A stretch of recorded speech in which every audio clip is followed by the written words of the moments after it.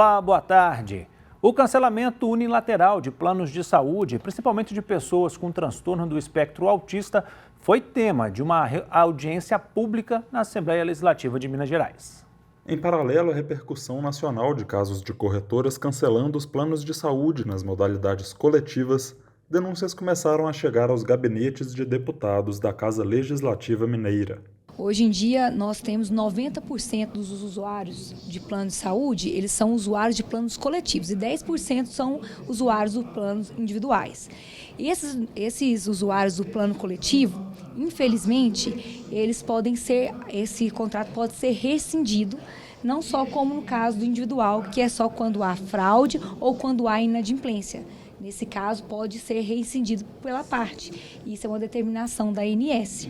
E hoje a gente verifica muito de perto que as pessoas que fazem o tratamento continuado ou têm uma internação prolongada, que é o caso que estourou em todo o nosso Brasil, quando a gente teve a matéria da senhora de 102 anos que pagava mais de R$9 mil por mês e teve o seu plano cancelado unilateralmente.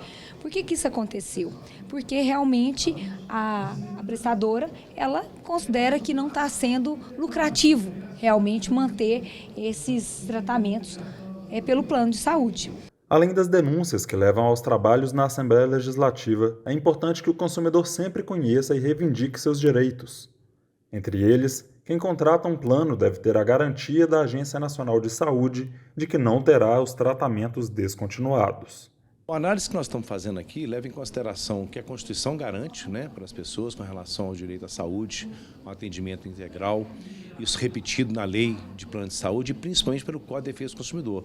E o que nós estamos percebendo é o cancelamento unilateral de contratos por parte das operadoras, o que ofende esses princípios legais. Principalmente pessoas que estão em tratamento, no caso aí hipervulneráveis, como idosos que precisam do atendimento, como autistas que estão em tratamento. Nós estamos percebendo esse cancelamento unilateral sob o argumento de que há um desequilíbrio no contrato e esse contrato passou a ficar caro. Então, isso é um absurdo. Então, as pessoas que estiverem nessa situação, elas devem denunciar imediatamente à Agência Nacional de Saúde Suplementar, ao PROCON do seu município, até mesmo ao Poder Judiciário, para que ela possa garantir aí a continuidade da prestação de serviço. Caso essas denúncias continuem e as empresas permaneçam com os cancelamentos, não é descartada a instalação de uma comissão parlamentar de inquérito. Nós temos que analisar isso com muito cuidado, com muita cautela, para a gente chegar numa melhor forma de estar atendendo as pessoas que precisam. A região episcopal Nossa Senhora do Rosário convida fiéis, leigos e leigas, padres, diáconos e agentes de pastorais para o encontro regional da Pastoral do Dízimo, no dia 29 de junho, às 9 da manhã, no Santuário Arquidiocesano Nossa Senhora do Rosário, em Brumadinho. O encontro será uma oportunidade para os participantes trocarem aprendizados e experiências sobre o dízimo, além de refletirem sobre a importância desse tema no dia a dia das comunidades de fé e na evangelização dos fiéis. As inscrições podem ser feitas no site da Arquidiocese de BH. Estão abertas as inscrições para o 7º Encontro Estadual do Movimento Mineiro de Fé e Política. O evento tem como tema Esperançar e Resistir Construindo Caminhos e será realizado de 2 a 4 de agosto no sítio Greenpeace, que fica no bairro Alvorada, em Contagem. Em mensagem aos participantes do encontro, o arcebispo Dom Valmor Oliveira de Azevedo lembrou que cada cidadão, e principalmente aqueles que são cristãos, deve contribuir para promover a boa política. As inscrições podem ser feitas no site arquidiocesebh.org.br. Amanhã, dia 13 de junho, é celebrado o dia de Santo Antônio. O padre Joel Júnior é o reitor do Santuário Arquidiocesano Santo Antônio de Roça Grande e vai nos falar um pouco sobre as tradições e a história do santo. Boa tarde, padre. Por que Santo Antônio é um dos santos mais devotados do Brasil? Boa tarde, tudo bem? Santo Antônio, ele é muito conhecido porque veio com os portugueses para o Brasil quando aqui chegou Pedro Álvares Cabral. Veio com uma turma de alguns missionários dos frades menores, dos franciscanos, e eles trouxeram essa devoção de Santo Antônio aqui para o Brasil. E, de um modo particular, Borba Gato, quando chegou aqui em Sabará, em Roça Grande precisamente, muito devoto de Santo Antônio, ele então fez uma ermida dedicada a Santo Antônio, onde nós estamos até hoje celebrando esse santo tão grandioso. E Santo Antônio ganhou o título no Brasil do santo casamenteiro, né? Como que isso aconteceu, padre? Pois é, Santo Antônio não é só casamenteiro, mas ele também tem ajudado as pessoas a encontrar o seu amor. Quando se busca, de fato, essa grande experiência de duas almas que querem se encontrar e se dedicar juntas a Deus para construir o seu lar. Santo Antônio sempre tem abençoado, caiu na tradição do povo, como aquele santo que abençoa as pessoas que querem se casar. Portanto, não deixe de pedir Santo Antônio um bom casamento, mas explique para Santo Antônio como que você quer o seu pretendente, para não haver erro. E, padre Joel, tem gente que tira o menino Jesus da imagem de Santo Antônio, coloca ele dentro de um copo d'água. Adianta isso? Não pode só rezar para Santo Antônio sem fazer isso com ele? Olha, eu não posso dizer muita coisa não, mas o povo diz que adianta, mas eu prefiro que você reze e peça com fé. Peça a Santo Antônio. Nós sabemos que aqui em Sabará nós somos conhecidos como lugar da terra dos milagres, onde você vem, faz a sua oração, o seu pedido, apresenta a Deus pela intercessão de Santo Antônio e você leva esse milagre para a sua vida. E, padre Joel, quais são as inspirações que Santo Antônio nos deixa? A grande inspiração que Santo Antônio nos deixa é para que nós possamos, de fato, sermos homens e mulheres tementes a Deus, que possamos viver a sua palavra, os seus ensinamentos, que possamos permanecer numa fidelidade, apesar das dificuldades da vida. Essa é a grande mensagem de Santo Antônio. Ele se preocupou muito com isso nas suas pregações, nos fazendo compreender a necessidade de escolhermos Deus na nossa vida todos os dias. Tá certo, padre Joel. Muito obrigado, viu, pelos esclarecimentos. Uma ótima tarde para você. Deus abençoe, um grande abraço e amanhã aguardo vocês para celebrarmos juntos Santo Antônio. A PUC Minas vai sediar o maior evento para desenvolvedores de Google Cloud. No dia 15 de junho, a partir das 9 da manhã, no Teatro São João Paulo II, no Campus Coração Eucarístico. A atividade promovida pela empresa Santo Digital, com o apoio do Instituto de Ciências Exatas e Informática da Universidade, tem o objetivo de unir os profissionais mais influentes e ativos do mercado para compartilhar conhecimentos sobre tecnologias de dados, inteligência artificial, além de capacitar os profissionais de tecnologia de Minas para se destacarem no cenário global. As inscrições são gratuitas e podem ser feitas no portal pucminas.br. E é hora de conferir a previsão do tempo para hoje em algumas cidades mineiras. Em Belo Horizonte, nesta quarta-feira, há grande variação de temperatura. A previsão é de sol com algumas nuvens, mas sem chance de chuva. A temperatura mínima foi de 12 graus e a máxima pode chegar a 27. A umidade relativa do ar varia entre 43% e 82%. Em Vespasiano, na região metropolitana, o tempo se assemelha com o da capital. O dia será de sol com a presença de algumas nuvens, mas sem possibilidade de precipitações. A temperatura mínima foi de 14 graus e a máxima pode chegar a 29. A umidade relativa do ar varia entre 42% e 83%. Em Três Marias, na região central do estado, a previsão é de sol com algumas nuvens, mas não chove. A temperatura mínima foi de 15 graus e a máxima pode chegar a 28. A umidade relativa do ar varia entre 33% e 83%. Futebol, o Atlético venceu o Bragantino fora de casa pelo Campeonato Brasileiro. O Massa Bruta saiu na frente com o gol do Lucas Evangelista, batendo de fora da área no cantinho do Everson. O Atlético empatou com o Zaratio, acertou a trave antes da bola entrar e aí o Paulinho fez o gol da vitória e garantiu os 3 pontos. Pelo Brasileiro Feminino, o América fez o jogo atrasado contra o Grêmio. A Cássia abriu o placar para as gaúchas e de pênalti a Gadu deixou tudo igual. Hoje, às 8 horas da noite, a seleção brasileira masculina enfrenta os Estados Unidos. Será o último amistoso antes da disputa da Copa América. Moradores dos bairros Buritis e Estoril, na região oeste de Belo Horizonte, podem sofrer com falta de água hoje. Segundo o comunicado divulgado pela Copasa, o problema se deve a uma manutenção operacional da companhia. Residências com caixa d'água podem não ser afetadas. As ocorrências também podem ser registradas pelo WhatsApp 31 997 70 7000 ou pelo site da companhia. Hoje é o Dia dos Namorados. Muitos casais se presenteiam, saem para almoço, para jantar, mas isso não é necessariamente o mais importante. O padre Felipe Carvalho vai nos ajudar a refletir sobre essa data. Boa tarde, Padre Felipe. Como que o Dia dos Namorados, ele tem essa devoção? É um dia especial para se celebrar quando a gente pensa na missão da igreja? Boa tarde, André, e boa tarde a todos que nos acompanham nesse momento. Então, o Dia dos Namorados não é propriamente um dia litúrgico, um dia celebrativo do ponto de vista do calendário da fé, mas entrou muito forte na nossa tradição popular, cultural, pela proximidade, talvez, com o dia de amanhã, onde nós celebramos Santo Antônio, que popularmente ficou conhecido como o Santo Casamenteiro, né? Agora, faz todo sentido dedicar um dia para um relacionamento, a fim de que aqueles que estão nesse vínculo afetivo tenham condições de viver melhor o seu relacionamento, discernir e aproveitar esta oportunidade para entender, inclusive, a vontade de Deus para a própria vocação a qual foram chamados, não é? E Padre Felipe, como sacerdote, vocês ouvem muitas histórias de pessoas que procuram um relacionamento, de pessoas que estão em um relacionamento. Atualmente está mais difícil se relacionar? Creio eu que sim, André, porque as pessoas não entendem, na verdade, o que é um relacionamento. A própria palavra diz que relacionar implica no movimento de ambas as partes. Caso contrário, não é um relacionamento, né? E esse dar a conhecer de si para o outro é uma tarefa que nunca foi fácil, sempre foi exigente.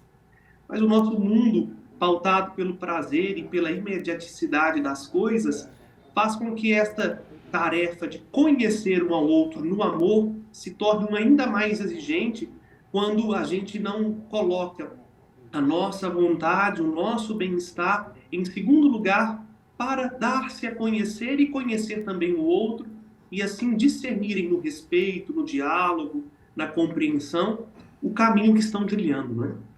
E Padre Felipe, os casais que aproveitam a data para dar presentes, para jantares, eles estão corretos ou não?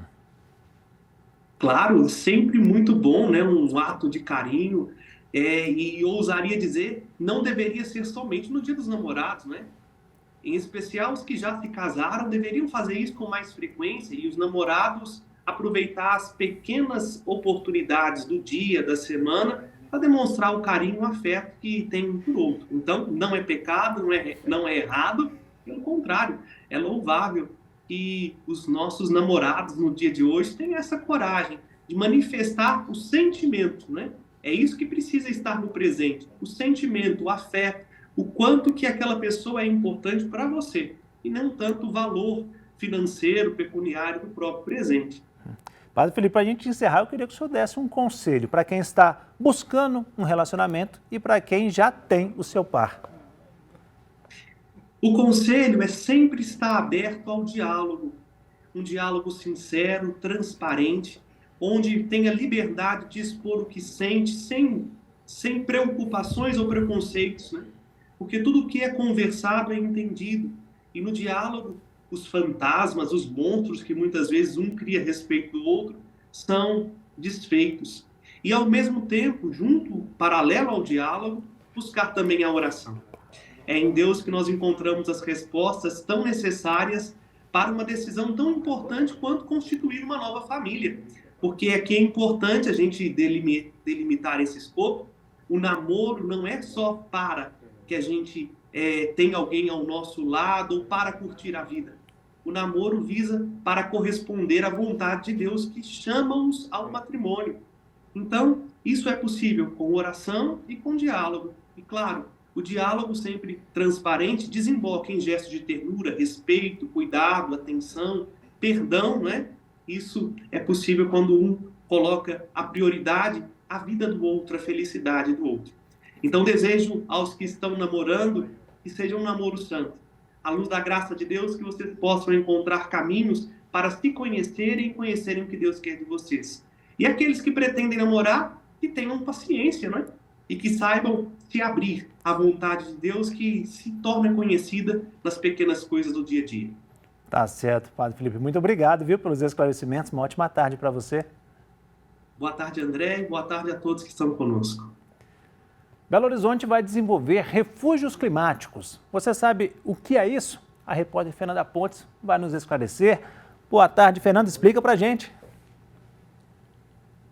E André, boa tarde para todo mundo que acompanha a gente agora. Olha, na última semana, durante o Dia Mundial do Meio Ambiente, foi lançado pela PBH a nova Agenda Verde da cidade, que inclui aí então soluções ambientais e climáticas para melhorar a vida da população. Dentre essas ações está a criação dos refúgios climáticos, que são aí pontos verdes na cidade que vão possibilitar um maior escoamento de água de chuva e também espaços para o cidadão descansar, viu? Gelson Leite, ele é secretário interino de Meio Ambiente, está aqui do meu lado e vai falar mais sobre o assunto. Gelson, boa tarde, é um prazer ter você no Horizonte Notícia. Explica para a gente o que são os refúgios climáticos, o que eles vão conter. Boa tarde. Então, o refúgio climático ele é um equipamento que foi desenvolvido em vista do aumento das ondas de calor em Belo Horizonte. Então, com esse aumento das ondas de calor, o nosso prefeito Fuad pediu que desenvolvesse um equipamento que pudesse buscar um abrigo para resfriar as pessoas, principalmente na área urbana. Então, o refúgio climático ele é uma solução baseada na natureza, buscando trazer um resfriamento, que a pessoa possa ter um lugar na cidade, sempre tendo uma árvore, um lugar para sentar, para deitar e também para poder se hidratar. Nós temos 3 bebedouros, um bebedouro para adulto, um bebedouro para criança e um bebedouro também para pets. Além de poder um aspersor para que a pessoa possa receber uma névoa, né, refrescante para ali conseguir ter, né, administrar e conviver com essas ondas de calor cada vez mais presente. Secretária, a nova unidade já tem endereço, né? Rua Carijosa, entre Paraná e Curitiba. Queria que o senhor falasse sobre o andamento das obras, a que ponto que está, quanto tempo vai durar? Isso, o nosso primeiro refúgio vai ser inaugurado na semana que vem, lá na Rua Carijosa. Vai ser o primeiro. Ele demorou um pouco em função até mesmo de uma bioengenharia que nós estamos desenvolvendo. É uma tecnologia buscando desenvolver a tecnologia ecológica, evitando resíduo. E ele demorou um pouco, mas os próximos a gente espera entregar mais 5 até o final do ano. Estamos projetando mais 50 na cidade. Agora já esses 5 primeiros na região central e os próximos 50 nós vamos já nas outras regionais, privilegiando principalmente onde tem locais de calor, Venda Nova, Barreiro, na região norte, noroeste da capital. O senhor falou sobre o que vai conter, vão ter bebedouros, né? Tanto para adultos, crianças e pets. O que mais vão ter nesses espaços? Esse espaço é um pequeno espaço privilegiado, uma sombra, né? As pessoas precisam estar no lugar. Nós estamos aí mais de 500 mil árvores na cidade, estamos plantando muitas árvores. E esse refúgio climático, ele sempre está em volta de uma árvore. Ou a gente planta uma árvore nova, ou aproveita uma árvore que já tem na cidade e desenvolve ali o equipamento, o banco, esse aspersor de névoa e também os bebedouros. Principalmente pensando na população em situação de rua, que muitas vezes eles sofrem muito nessa época de calor, então precisa de um lugar para hidratar eles mesmos e também os seus pets. Nós temos alguns desses moradores que são acompanhados de cachorros, então precisa também ter essa possibilidade de também oferecer água a esses pets. Dá para a gente um panorama rapidinho sobre o que mais inclui a nova Agenda Verde da cidade? A nova Agenda da cidade, o prefeito Fuad anunciou na quarta-feira passada, no Dia Mundial do Meio Ambiente, anunciou mais 4 parques na cidade. 2 parques já estão em áreas públicas, que são 2 grandes parques, um lá no Rio do Onça, na região do Ribeiro de Abreu, que vai ser um parque linear, ou parque ciliar. São 7 quilômetros de parque na beira do Rio Onça. O outro parque vai ser no Aterro 040, que é um aterro que por muito tempo foi destino de lixo da cidade. Talvez seja um dos maiores passivos ambientais que nós temos em Belo Horizonte e vai se tornar o Parque Ecológico do Aterro Taiobeiras. E o prefeito desapropriou mais 2 áreas privadas, a Mata do Jardim América e a Mata do Luxemburgo, a Mata do Mosteiro. Essas 2 áreas também se tornarão, uma vai se juntar ao Parque Tom Jobim, lá no bairro Luxemburgo, e no Jardim América nós teremos o Parque Ecológico do Jardim América, mais um parque para a cidade. Todas essas ações estão inclusas nas obras do Centro de Todo Mundo, né? Isso.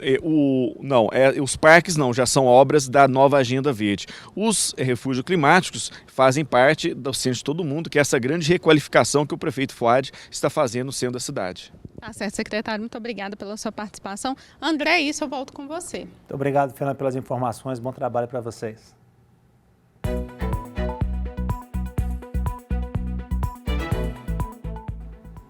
O Supremo Tribunal Federal deve retomar hoje o julgamento da revisão do rendimento do FGTS. A advogada Juliana Bento esclarece dúvidas sobre este assunto. Boa tarde, Juliana. Esse projeto já está há algum tempo em votação, né? Qual que é a grande polêmica envolvendo ele? Pois é, André, há bastante tempo, causando muita ansiedade a todos os trabalhadores. A polêmica é a seguinte: o governo tem feito o reajustamento do fundo que cuida dos valores de fundo de garantia apenas pela TR, e a TR chega a vezes de ser negativa. Então, não é reajustado minimamente nem pela inflação. O reajuste a médio do fundo de garantia, né, da aplicação ali, é de 3%, enquanto a poupança, que é a pior aplicação que existe no mercado financeiro, rende em torno de 6,15%. Então, o dinheiro do trabalhador, quando ele é deixado ali naquele fundo, ele sofre uma perda financeira muito grande, prejudicando a todos os trabalhadores. E a discussão é justamente essa, que seja feita a correção, pelo menos pelo IPCA, que é a correção mínima da inflação, para que os trabalhadores não tenham aí uma perda financeira muito grande do valor aplicado no fundo de garantia. E o trabalhador ouve muito falar de FGTS, mas muitos não sabem o que é isso, né? O que é o FGTS? Pois é, o FGTS é o Fundo de Garantia do Trabalhador, que ele foi criado há muitos anos para que o trabalhador da área privada, se ele venha a ser demitido, ele tenha ali um valor, né, quando ele é demitido e perde seu emprego, para que ele possa se manter durante um tempo. Então, esse valor, esse fundo foi criado para isso, para ser uma segurança ao trabalhador quando ele perde seu emprego, como se fosse uma poupança forçada.